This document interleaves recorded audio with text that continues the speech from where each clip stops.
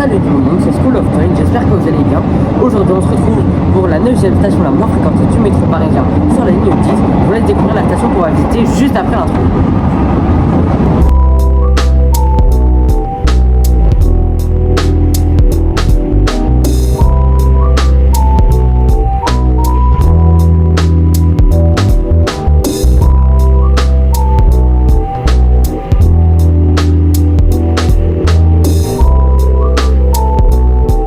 Bon, elle est longue la boucle là. A few moments later. Ah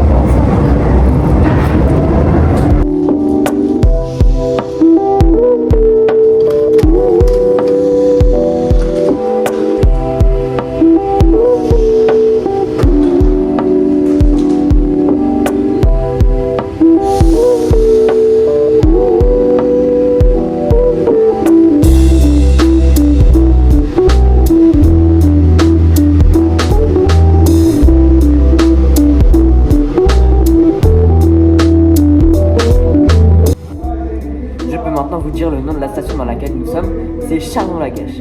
Elle a ouvert en 1913. À cette date-là, elle appartenait encore à la ligne 8. Ce ne fut qu'en 1937 que la station fut transférée sur la ligne 10. La ligne 8 abandonna son itinéraire et fila vers Ballard. Parlons de la situation de la station. La station se situe entre la station Michel-Ange Molitor que l'on ne peut malheureusement pas voir et Mirabeau.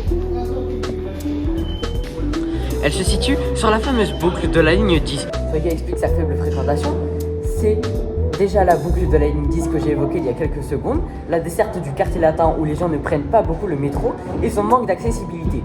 En effet, la ligne n'est accessible que par des escaliers. Et pas d'escalator, pas d'ascenseur, bref, tout ce que vous voulez.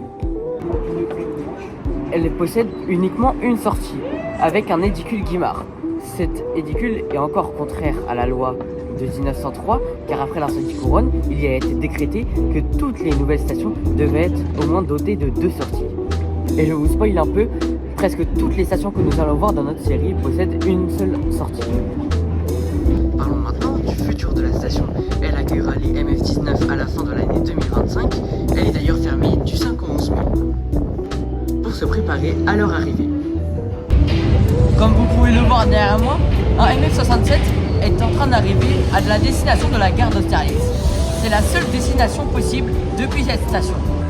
S'ils veulent venir, les gens doivent donc marcher de la station Église d'Auteuil, Michel-Ange-Auteuil ou Porte d'Auteuil. Comme vous pouvez le voir sur cette image, la station est courbée.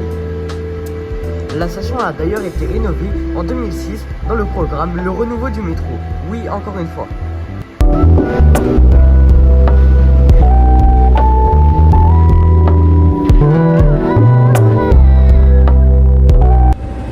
La station est comme toutes les autres, avec des carreaux biseautés blancs, un métro et des lumières de ciel Gaudin au-dessus.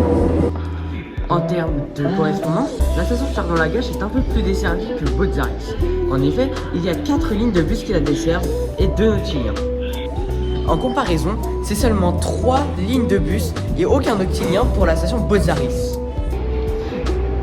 La station est desservie par une ligne de bus très importante. En effet, la ligne 62 est la ligne la plus fréquentée de Paris. Regardez-moi ces fréquences. Un petit détail que l'on peut remarquer en descendant sur les quais, c'est cette frise, composée de vagues qui ressemble étrangement au style nord-sud. Ce qui est louche avec cette frise, c'est que ni la ligne 8 ni la ligne 10 n'a de rapport avec la ligne nord-sud. Les lignes que la nord-sud dirigeait étaient les lignes A et B qui sont aujourd'hui 12 et 13. Avant qu'on finisse cette vidéo, la fréquentation.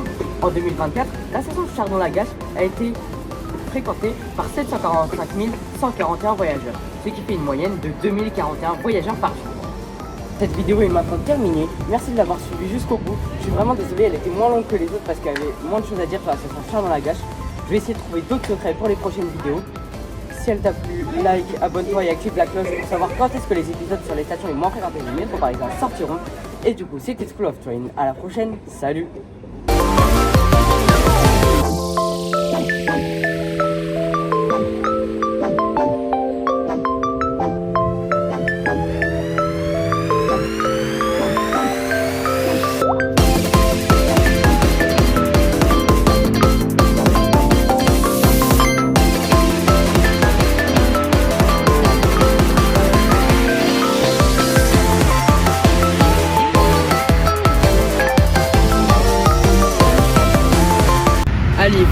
rester jusqu'à la fin, je vous dis la prochaine station, c'est Porte d'Auteuil.